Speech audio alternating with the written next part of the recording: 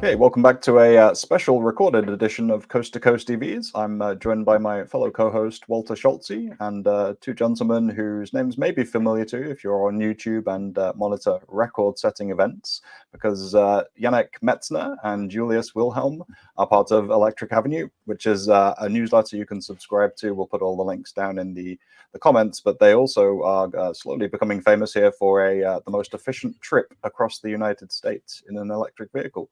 So welcome, Julius and Yannick, and we'd love to hear a little bit about who you are, your backgrounds, and what you do.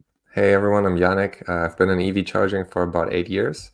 I worked at a couple different car companies like BMW Group and Lucid, and now I'm with a startup called Pionics. And about 2 years ago, Julius and I started writing the newsletter as like a hobby. We do it once a week and kind of report on the industry of EVs and charging. Hi, welcome from my side. I'm Julius. I've been working also in the EV industry since 2018, also at a subsidiary of BMW Group and Mercedes.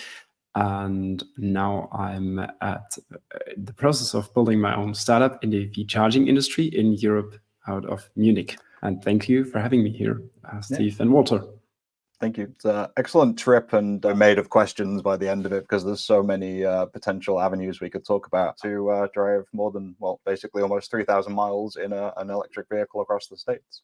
As Julius mentioned, he's based in Munich and I'm based in San Diego in California. So usually we're about 9 hours apart and thousands of miles apart. But this summer he was coming to the US and spending a couple of weeks here. And I had watched other EV YouTubers kind of set records in driving across the country, either the fastest absolute time or the fastest charging time. And we kind of came up with this idea, okay, maybe we can set a record as well, but in a different category, which would be the least charging stops across the US. So more a record about efficiency. And the other benefit of that record is you don't actually have to go faster than the speed limit to make it work. So it's also a little less risky. Ran a couple of simulations online, which car might be the best one to do it with. And we settled on trying it with the Lucid Air, which is kind of the longest range passenger EV and the most efficient. And that's what we ended up renting and doing the trip with. And you took the, as you mentioned, the traditional Cannonball route from Los Angeles to the Red Bull Garage in New York. But it is a really interesting take on the record. Obviously, plenty of people have tried to do that Cannonball run in speed and just cranking out the charging stops as quickly as possible. How did the way you approached this with efficiency impact how you went about planning the trip, and how did you kind of set the ideal speed limit, or where you wanted to set that efficiency kind of sweet spot? So at the beginning, we planned initial route through a better route planner, and that was our go-to tool to kind of get a feeling how far we can go and how many charging stops we're going to need. From the starting point, and the better route planner had one disadvantage, let's put it that way, because the Lucid Air is probably a vehicle that hasn't been used so much. The reference consumption database isn't that granular, but a better route planner gives you also a lot of options to kind of play around with the reference consumption. We can tweak a little bit like how much state of charge we want to have at arrival and what is the battery degradation. And then we kind of got into planning and optimizing, and then we figured out before the trip we could potentially do it also with less than the initial 8 charging stops. And how do we go from there? We always look like, okay, what is theoretically possible for us, and what is then the best charging stop along the way? So we try to stretch each like as long as possible. So we didn't necessarily look at the charging stops with the highest speed. So that gave us also the option to consider different operators that had the optimal position along the route for us. Wow, many questions. You guys were my heroes there for a long time. It was an amazing trip. It looked like not only a challenge, but a ton of fun also. Just to start off, I noticed that at the beginning of the video, we kind of did a snap forward to when you guys were already outside of the Los Angeles metropolitan area. And I'm actually looking at doing a trip into LA in December. And I'm like, well, maybe the Portofino Hotel is just kind of like a good landmark. And I looked it up on the map, and it is buried deep in LA. I'm thinking it took you like 10 hours to get the heck out of LA. I think we got up early around 4:30, 5 a.m. We charged the last couple percent that we needed at an EVgo station that's very close to the Portofino Hotel. I think it's like 2 or 3 miles down the road. And then we headed to the hotel, recorded that we actually started here. And then I think it was 6 a.m. when we were done recording at the hotel and actually started heading east towards Las Vegas. And it was a Friday morning. And we got lucky that there was barely any traffic until we had left the LA metro area. So you touched really briefly there on a better route planner, Julius, and PlugShare obviously came into your thinking along the journey. So we know as folks in the industry, those are the two main apps. Were there others you considered, and kind of finishing the trip now and looking back with hindsight, are there any that you would have added to kind of optimize that route, or any that you would have just used a little bit differently? A better route planner was really good from a vehicle point of view of like simulating how far can we go. But there's one disadvantage. The database about the charging locations is a little bit more fragmented. So you need to kind of put together the pieces of the puzzle. So we then had used PlugShare extensively. It also gives us, let's say, a better picture about where are locations from different charge point operators, and also getting an insight about the reliability. So the PlugShare score and the reviews and comments of the users is really helpful. But then specifically, we also had to look at some local charge point operators apps to see, for example, the dynamic status. Is the charging station free? Is it occupied, or is it in maintenance? Because those informations are not necessarily present in PlugShare or Better Route Planner. And for example, a good indicator is if there has been a charging sessions that we were able to watch through the dynamic status because the station was in use. And that gave us more confidence that the charging station is maybe reachable on a Sunday, or it's actually usable. And just to highlight this, what Julius was saying there is that not all the stations that we actually ended up charging at were in a better route planner. So the route that it gave us couldn't have been the most optimized route because it just didn't have all the data about where charging stations were. We know, some of the existing manufacturers, the OEMs, don't have the best software. I raise my hand as a Hyundai owner that is not where you want to use native navigation very often. But Lucid is obviously a startup, a brand new EV-only company. So when you talk about Teslas, usually people aren't going outside of that unless they're really, really into their charging strategy. They'll just plug in the destination, trip planned for them, off they go. Is that not the case with Lucid, or was this more you really wanted to, zero in on the exact stations, use different CPOs? How did the decision not to really rely on Lucid Air's own system come to be? Full disclosure, I used to work at Lucid, but I also drive a Tesla Model 3. Right. So I'm very aware of what the different systems look like. And to me, Tesla is the benchmark. We have a great article on our newsletter called Trip Planning Masterclass. If anyone's interested to dive deeper, check that out. In my personal opinion, Lucid has a decent navigation system in terms of route planning and e-routing compared to some legacy companies like you mentioned one. For our use case specifically, we also figured out that the Lucid navigation system is too conservative in terms of assumptions. And it also doesn't really allow you to arrive at a station with less than 10% state of charge. But to make our trip work, we had to sometimes arrive with 1 or 0% state of charge. So we couldn't rely on the stations that they suggested.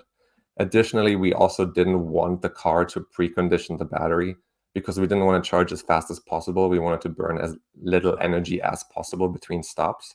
So if we use the Lucid navigation system, it would have automatically preconditioned, and we did not want that. Several questions here about the selection of the charging stops. The impression I got from watching the video is that you didn't have them all selected prior to leaving Los Angeles, but you were reassessing as you were going along which one would be the most opportunistic. And of several options, you would choose the one that would put you there at the lowest state of charge at the time of your trip.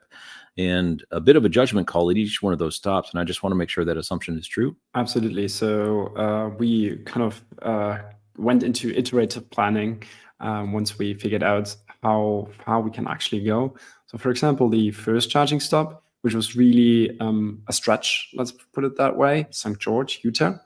And we weren't quite sure if we will actually reach that based on the vehicle configuration, because we had Lucid Air with 21-inch wheels instead of 19-inch wheels. That would be a little bit more efficient.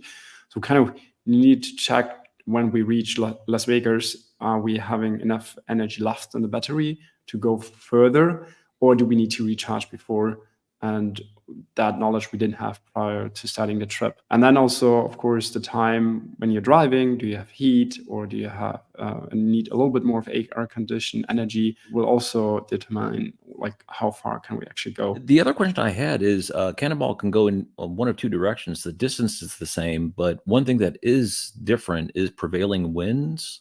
If you're coming from New York to LA, you run into prevailing winds a little bit stronger than you do if you're coming from LA to New York, just because of the jet stream and the way it goes. I don't know if that was a factor at all. But We actually didn't consider that.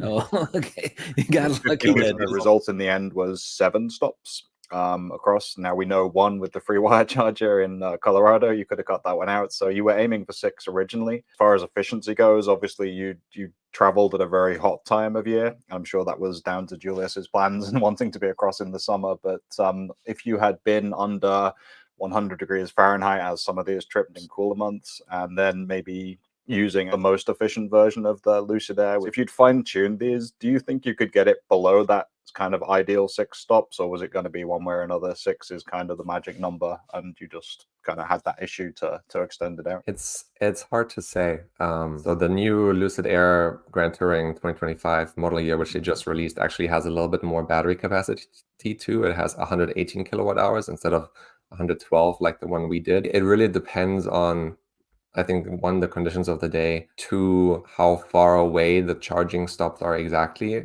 because you really need to hit them like exactly at the maximum battery like range to make it work, and then the reliability of the chargers. So in theory, it could work. In practice, between road conditions, incline, charger distances, and charger reliability, I'm not sure, but I would be curious if someone wants to try it out, or maybe we'll try it out in the future. I'm sure all the attention you're getting is inspiring people to go and try that 6 at the very least. But below that, I'd be really interested to see if someone could get 5. What's very interesting is that even with our not ideal configuration of the 21-inch rims, we could have done 6 stops. But then to do 5 stops, you need to be that much better that it's like unclear if any EV can even do it right now. Right. Exactly. And I think there's one more optimization.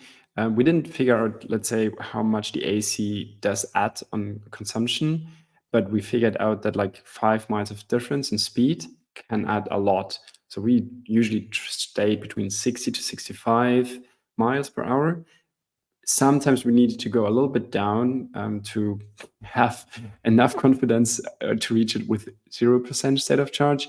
Like if you go for hypermiling, go for 50 miles per hour or less, you get a lot more range out of it, but you're going to be a moving like hurdle on the interstate.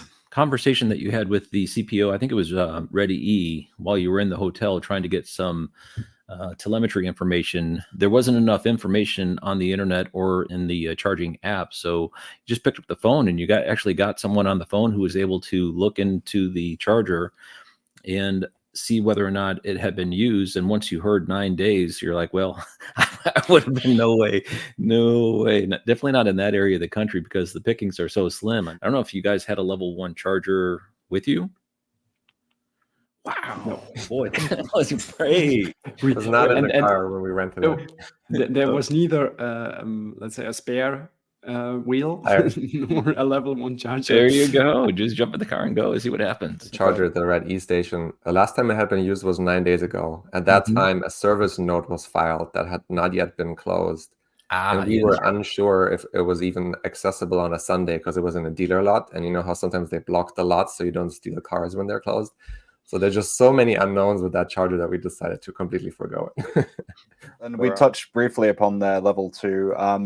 I think one of the questions that Eric had was that you obviously stayed in hotels but didn't consider overnight charging. You were testing the DC fast charging network and public network. Where did level 2, if at all, factor into the initial discussion, and why did you decide that it wasn't going to be a part of this trip? So, I mean, theoretically, I guess it's a charging stop, so you could count it in. We also did run a little bit with a time constraint for the total trip duration.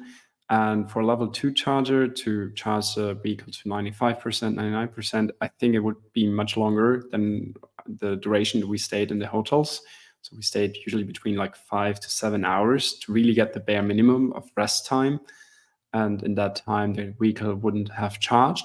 And additionally, most times we did not arrive at the hotels with the state of charge of like 0%, but continued our trip then on the next day. Potentially, you could also do the trip with level 2 charging if you bring a little bit more time. It wouldn't mean a lot of time at hotels because I think the hotels chargers are usually 7 kilowatts or so.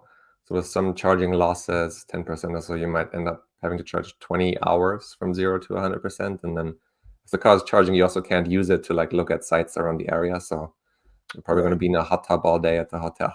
Yeah, you said the battery pack was around 118 kilowatt hours, right? So that's, yeah, I'm coming from a vehicle that's got, 77.4 kilowatt hours. So it doesn't take me nearly as long to charge overnight as it would for that advantage to be really there for you. That was also a surprise for me coming from Europe. We usually have 11, or most charging stations doing actually 22 kilowatts. Mhm. So in that case, if you have more power on the AC charger, that would be much more convenient, let's put it that way, if you're staying in a hotel and recharge a vehicle with that big battery. Yeah, Lucid is one of the ones in the United States that can do 19.2 here, which is our equivalent to the 22. If Volt you- is in a Cadillac Lyric, which is the same, 19.2, right? Have yeah. you come across many options in your 0. I've never even seen one. Right. Yeah. So, So if yeah, you that's had big all for- hotels with Right. 19.2 kilowatt level 2 chargers, then you could do the trip Yeah. relatively comfortably. With That just is not the hotel charging. reality of the infrastructure right now. I Yeah. did have a specific question on one of your stops, and obviously you've said subsequently that the speed of the charger wasn't the main kind of goal because you were just trying to get up high. But in Grand Junction, Colorado, which is one of the places I went on my trip, there's an Electri America station there, one of the old ones, but still 350 kilowatt capable. And you went to the Starbucks Volvo location, I believe. And why did you go for the one that was lower power in that case rather than an Electri America? 3 reasons. First one was that we actually were already really low on the range left in the battery, and the Electrify America station was a little bit further ahead, so a little bit more of a drive. I think second reason was that the charge point units proved themselves to be really reliable. Also, when you look at the plug share ratings. So, as you mentioned, we weren't going for the high speed, but if we kind of fail on a charger, that would result in an additional charging stop for us. And I think the third option was a practical one, that it was closed before midnight. And at the Starbucks location, there were a bunch of restaurants still operating with a kitchen. And we didn't eat dinner at that time yet. That's a really interesting location, actually, because at the same way you come off to get that intersection, there's a Pilot Flying J location going in, which would be that 24-hour, 7 days a week thing. And it would have given you that lack of another mile or two down the road to a Starbucks, which is inherently going to be further away from the interstate. So it's kind of indicative of the changing charging infrastructure in the United States that, some of these locations in 6 months, 12 months will be very different, even from your trip, which was, pretty recent. Yeah, the NEVI program in the United States is having a dramatic impact on that whole interstate travel in an EV because of the way they're issuing the awards with the states. They're really selecting properties that are immediately off interstates. So it's making the interstate tripping in EVs much more convenient because you just pull right off the exit and the charging stop is immediately there. With a couple of other things I had questions about, the FreeWire that you pulled up to. By the way, my heart was stopping when you were pulling up to that FreeWire. It's definitely a dramatic moment. We had several of those here in the Charlotte, North Carolina area. And the CPO operator actually made them free for use for several months. And what was happening is rideshare operators were showing up and draining the batteries.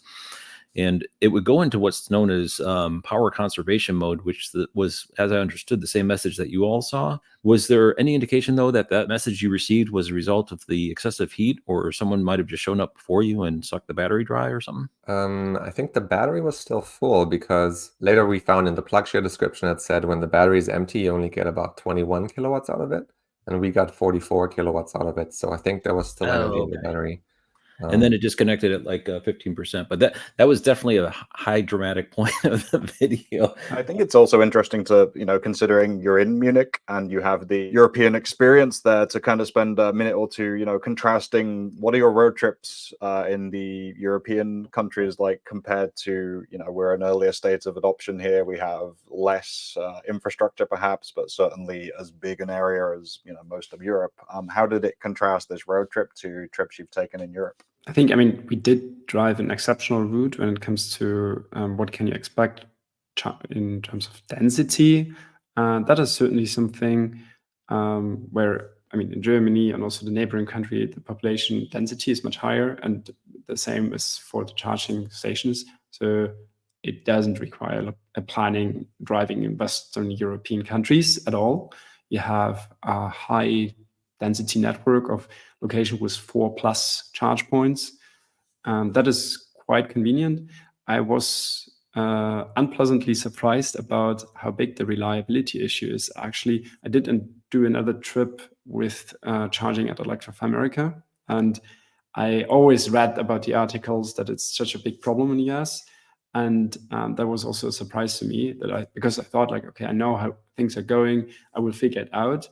And we also do have reliability issues in the charging infrastructure in Europe, but I think the sheer impact is much lower. And I guess the big difference is the kind of hardware that has been used in the field for high power charging stations. It has been proven to be much more reliable. And the majority of the German CPOs, for example, deploy from the hyperchargers from Alpitronic. I think they're coming also to the US. And they've been proven to be really reliable. There are also other manufacturers like Campower that are quite good, I think. On the pleasant side, I think that user interfaces, user guidance at the charger itself, it's much better in the US compared to Germany. I think that shows how kind of the digital experience and expectations of the users is much higher in the US compared to Europe. That's interesting. Could you give an example of where that was the case? Yeah, I think many showed, for example, really dominantly on a nice and transparent way what is the ad hoc charging price if you use the credit card.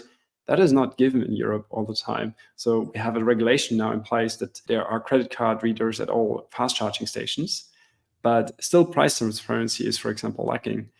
Additional thing I noticed is there is FAQ, like questions and answers, how to start a charging session. That's not usual on the charger in Europe. And that makes it a little bit easier for the user, I think, and to have price transparency and guidance how to get help if it's not working. I think you hit upon a key topic here with the reliability piece. I think a lot of the Electrify America stations you hit, from what I could see, were the older Gen 1 or the first wave, which were installed back in 2018, 2019 here.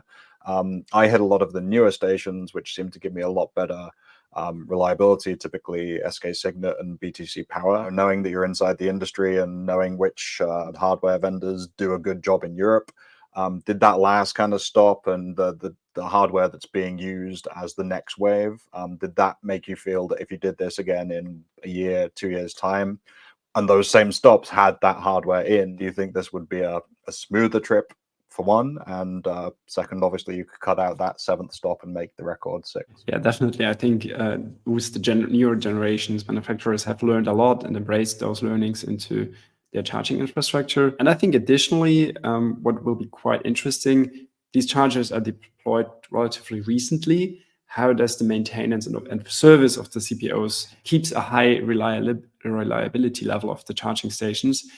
Because this is something I've been seeing now fairly often in Europe, that once you revisit locations that have been built, maybe also like in 2020, 2021, also failures become more frequently there. And big CPOs like Ionity now build their own warehouse for spare parts to react really fast if a charger screen is broken, for example, or a cable is cut off, that they have their own service and maintenance fleet, bring the spare parts to the location and fix the station to get it up working again. So the FreeWire station, for example, the gas station owner told us that if there's a storm and there has been a problem with electricity supply, the FreeWire station is offline for 2 weeks. Mm-hmm. And that is a no-go, I think, if you operate as a charge point operator. It's a double whammy with those locations because they're quite often in remote areas where there's nothing else to use. So Yannick, for someone who's lived in both Europe and the United States, I'm kind of curious. We recently had the entrance of Kempower and Alphitronic here in the United States, specifically in North Carolina, is where they've both set up shop. What's your view on what, if you had your choice with direction of charging manufacturers here in the United States during this large build that's occurring, where those would be sourced from? So when I moved to the US full-time in 2019, the charging market was kind of boring. There were very few vendors. There were barely like ChargePoint, EVgo, and EA operating. Everyone basically used 2 or 3 companies, ABB, BTC, and Signet. So in my view, the last 5 years have been really exciting because so many new companies are entering this market. There's a lot more competition now between networks, between hardware providers, between backend providers. So I don't really care where the products come from. I just want them to be reliable, learn from the lessons of the industry over the past years. And I think only competition can really give us the best products and let them shine. So I'm excited for these new entrants like Alphitronic and Kempower to come here, and for the other manufacturers to step up their game as well. So as EV nerds always do, we go to the hardware side and the DC fast charging side, but we shouldn't ignore the fact that the Lucid Air was extremely competent here. You got 4 miles per kilowatt hour as your average efficiency. It used only 697 kilowatt hours over 2,800 miles or so. It's an extremely expensive EV right now. Obviously it's coming down in price as many EVs, but that is at the luxury end of the market. So 2 points on that, really, just to finish us up. One, is there a version, extremely efficient version or model that you would think you could do something similar to this in as we stand today? And what would that be? And then beyond that, do you see that Lucid technology that makes it the most efficient EV on the market and has the ability to do this kind of journey? Do you see that technology trickling down into other manufacturers, other EVs? Yeah, maybe on the trickle down question. So that's obviously the goal of Lucid. Like the CEO, Peter Rawlinson, always talks about that. And they just teased the midsize vehicle, which is coming, which is a more direct competitor to kind of the Model Y, Model 3 class. So I personally do think that technology will trickle down. Same with the other manufacturers. Like another vehicle we consider was the EQS from Mercedes, which is also very efficient, but also quite expensive. But I think that technology will also trickle down in the Mercedes lineup. There's this is the luxury class. And then if you take it to the premium class, I think the BMW i4 has been proven to be really efficient, getting a good range. And but you wouldn't get the same range. So you wouldn't be able to score on the charging trips, and even 7 charging stops would be really hard. I haven't calculated through, but that would be in the next segment, more affordable EV. What I would note is on efficiency, that actually the BMW i3 used to be really maximized for efficiency. So the technology has been there for a long time, and I think it was also in a more affordable class. If they would have upgraded the BMW i3 with a bigger battery, then you get also faster charging speed. That could be a nice product still around today, but unfortunately BMW was quite insecure about their strategy, I think, at that point, when nobody followed except Tesla. I think another vehicle might be the Hyundai Ioniq 6. Also has really good charging, as you know, but then it's more efficient than the Ioniq 5 just because it's more aerodynamic. That was the one that I was, with ample free time and money, I would have tried to challenge you with, but unfortunately I have kids, so that isn't going to happen anytime soon. Your record's safe. Well, I want to thank you for your time. It's really good to, you got so many different perspectives going on there with Yannick based in the US and Julius coming from Europe. To see the two combine is really interesting. The links for all of this trip, which is a really good one you can go and watch for your weekend. Just go down into the comments or the video description. We'll have that for you.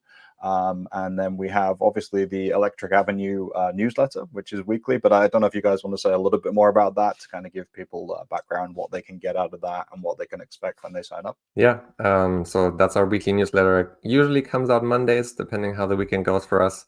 And you can subscribe at readelectricavenue.com. There's an EV meme of the week included every week too for fun. And then sometimes we do deep dives on different topics like the Tesla trip planning masterclass that I mentioned. But we also talk about EV startups that do fundraising or send out job posts in the industry. So there's a lot of information there every week, and the domain is readelectricavenue.com. Do a really good job of blending the entertainment with the deep education there. So definitely one people should go and check out after they've watched your video, or maybe while they've watching it. So thanks again for your time. Really appreciate it. Really great trip. And we look forward to seeing you trying it again, hopefully in the next year or two. Thank you, guys. Thank you, guys. Thank you.